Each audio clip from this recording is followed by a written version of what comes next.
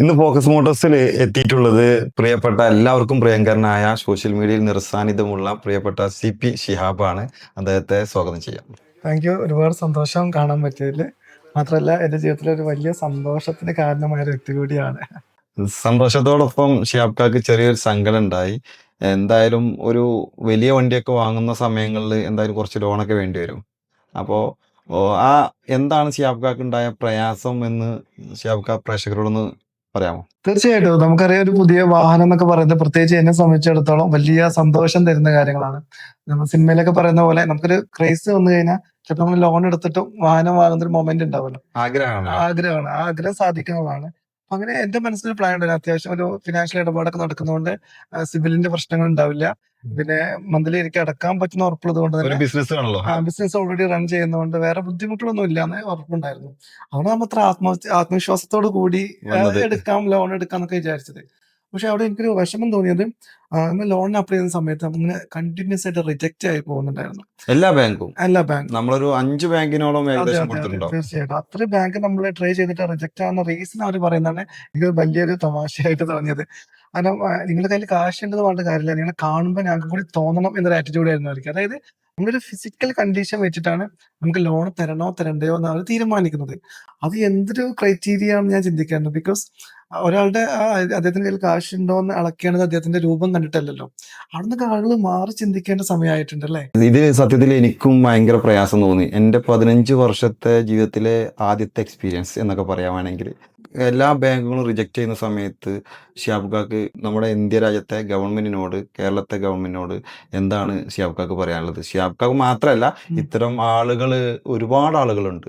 നല്ല കഴിവ്, ബിസിനസ് ചെയ്ത് പൈസ ഉണ്ടാക്കിയ ഒരുപാട് കഴിവുകളുണ്ട്. ലാസ്റ്റ് നമുക്ക് ഖത്തർ വേൾഡ് കപ്പ് ഒക്കെ നമുക്കറിയാം. അതിന്റെ ഇനാഗുറേഷനിൽ ആരെയായിരുന്നു അവർ പങ്കെടുപ്പിച്ചതെന്നൊക്കെ.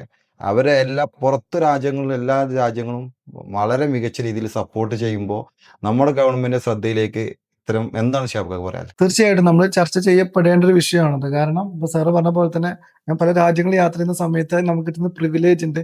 ഇന്ത്യയും അതുപോലെ തന്നെ നമ്മുടെ രാജ്യത്തിൽ ഒരുപാട് നമുക്ക് വേണ്ടിട്ട് ഇപ്പോ പുതിയൊരു വാഹനം വാങ്ങുന്ന സമയത്ത് നമുക്ക് ഒരുപാട് ഇളവുകളുണ്ട് അല്ലെ? ആ രീതിയിലൊക്കെ ഉണ്ട്. ഓക്കെ. 1998 ഇന്ത്യ ഗവൺമെന്റ് കൊണ്ടൊരു ഭേദഗതി ബില്ലുണ്ട്. അതെ, അതില് ഇത്ര ആളുകൾക്ക് ടാക്സ് തന്നെ ഇളവ് വരുത്തിയിട്ടുണ്ട്. അയാള് വരുത്തിയിട്ട് അപ്പോഴാണ് ഈ ഒരു ബാങ്കുമായിട്ടുള്ള ഒരു കൊള്ള അല്ലെങ്കിൽ ബാങ്കിന്റെ ഭാഗത്തുനിന്നുണ്ടാകുന്ന പ്രയാസം, അതെ അതെ, അത് ഗവൺമെന്റ് ഒന്ന് ഇടപെട്ടാൽ ഒരു പക്ഷേ അല്ലെ? തീർച്ചയായിട്ടും അപ്പോഴാണ് നമ്മളുടെ ജനങ്ങളുടെ മനോഭാവത്തിൽ മാറ്റങ്ങൾ വരുള്ളൂ. അതെ അതെ. നമ്മളിപ്പോഴും പ്രാചീനമായ രീതിയിൽ അങ്ങനത്തെ ആളുകളെ കൊണ്ടൊന്നും ചെയ്യാൻ കഴിയില്ല രീതിയിലൊക്കെ മാറി ചിന്തിക്കേണ്ട സമയമായിട്ടുണ്ട്. സപ്പോർട്ടാണ് എനിക്ക് വേണ്ടത്. തീർച്ചയായിട്ടും ഞാൻ ആദ്യം ചിന്തിക്കുന്നത്, ഞാൻ കാലിക്കറ്റ് യൂണിവേഴ്സിറ്റിയിൽ പഠിക്കാൻ പോകുന്ന സമയത്ത് അവിടെ ഒരു ഡിപ്പാർട്ട്മെന്റിൽ റാമ്പ് ഇല്ലായിരുന്നു.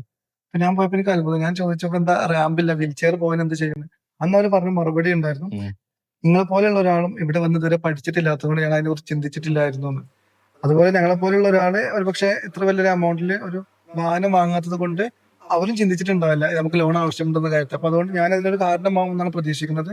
തീർച്ചയായിട്ടും ഗവൺമെന്റും അതുപോലെ ഇതുമായി ബന്ധപ്പെട്ട മേഖലയിൽ പ്രവർത്തിക്കുന്ന ഓരോ ആളുകളും അല്ലെ ഇടപെടും.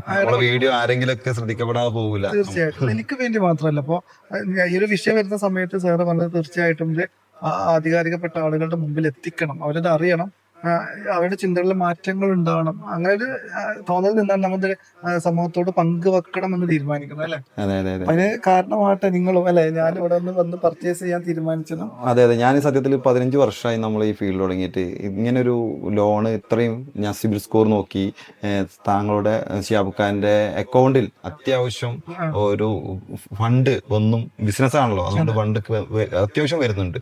എല്ലാ മാസാവസാനം അത്യാവശ്യം നല്ല ഫണ്ട് വരുന്നുണ്ട്. എന്നിട്ടും നിഷേധിക്കുമ്പോഴാണ് നമുക്ക് ഭയങ്കരമായിട്ട് സങ്കടം തോന്നിയത് ഈ വിഷയം. അപ്പോ എനിക്ക് തോന്നുന്നു നമ്മുടെ ഒരു ഫിസിക്കൽ കണ്ടീഷൻ ആയിരിക്കും നമ്മളെ ഒരു വിലയിരുത്തേണ്ട രീതിയിലേക്ക് അവരെ കൊണ്ട് ചിന്തിപ്പിക്കുന്നത്, നമ്മളെ കൊണ്ട് അതൊന്നും ചെയ്യാൻ കഴിയില്ല എന്ന ചിന്ത ഉണ്ടാക്കിയതും. എനിക്കൊരു കാര്യം പറയാനുള്ളത്, നമ്മുടെ സ്ഥാപനത്തിൽ ഏകദേശം 100ഓളം പേര് ജോലി ചെയ്യുന്നുണ്ട്. അത്രയും പേർക്ക് തൊഴിൽ കൊടുത്തൊരു വ്യക്തി എന്ന രീതിയിൽ ഇന്ത്യ ബുക്ക് ഓഫ് റെക്കോർഡിൽ ഇപ്പം നമ്മൾ ഏഷ്യ ബുക്ക് ഓഫ് റെക്കോർഡിന് അപ്ലൈ ചെയ്തിട്ടുണ്ട്. അപ്പോൾ നമ്മൾ എങ്ങനെയാണ് സാധാരണ ഒരാൾ ജീവിക്കുന്നത് അതുപോലെ ജീവിക്കാൻ ശ്രമിച്ചുകൊണ്ടിരിക്കുന്ന ഒരാളാണ്.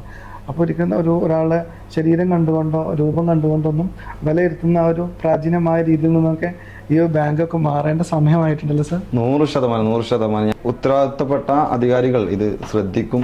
ഞാൻ പറയില്ല, നമ്മുടെ ഇന്ത്യ ഗവൺമെന്റിലായാലും കേരള ഗവൺമെന്റിലായാലും ഒരുപാട് നല്ല നേതാക്കന്മാരുണ്ട്. അവരുടെ ശ്രദ്ധയിൽ ഇത് പെടും എന്നുള്ളത് 100% ഉറപ്പാണ്. തീർച്ചയായും. ആരെങ്കിലും ഇതിൽ ഇടപെട്ട് നല്ലൊരു തീരുമാനം അടുത്തൊരു ഭേദഗതി ബില്ലിലൊക്കെ വരുമെന്ന് പ്രതീക്ഷിക്കാം. ഇത് ഷിഹാബ് ഖാക്ക് വേണ്ടി മാത്രമല്ല, ഷിഹാബ് ഖാനെ പോലെ നിരവധി ആളുകൾ, എത്രയെന്ന് പറഞ്ഞാൽ അത്രയും ഉണ്ട് ഇന്ത്യ രാജ്യത്ത്. മറ്റു രാജ്യങ്ങളൊക്കെ ഇത്തരം ആളുകളെ വലിയ രീതിയിൽ സപ്പോർട്ട് ചെയ്യുമ്പോൾ ഇത്തരം ബാങ്കുകൾക്കെതിരെ RBI ഉൾപ്പെടെയുള്ള ഇടപെടൽ ഉണ്ടാകുമെന്ന് നമുക്ക് പ്രതീക്ഷിക്കാം. തീർച്ചയായിട്ടും വലിയൊരു മാറ്റത്തിന് കാരണമാകട്ടെ ഫോക്കസ് മോട്ടോഴ്സും ഞാൻ ആത്മാർത്ഥമായിട്ട് ആശംസിക്കുകയാണ്. അപ്പോൾ ഒരുപാട് സന്തോഷം. എൻ്റെ സങ്കടത്തിലും സന്തോഷത്തിലും ഒപ്പം സങ്കടമല്ല, പിന്നെ നമുക്ക് സന്തോഷമാണ്. എന്തായാലും നമ്മൾ പരിഹരിച്ചല്ലോ. തീർച്ചയായിട്ടും. അതെ.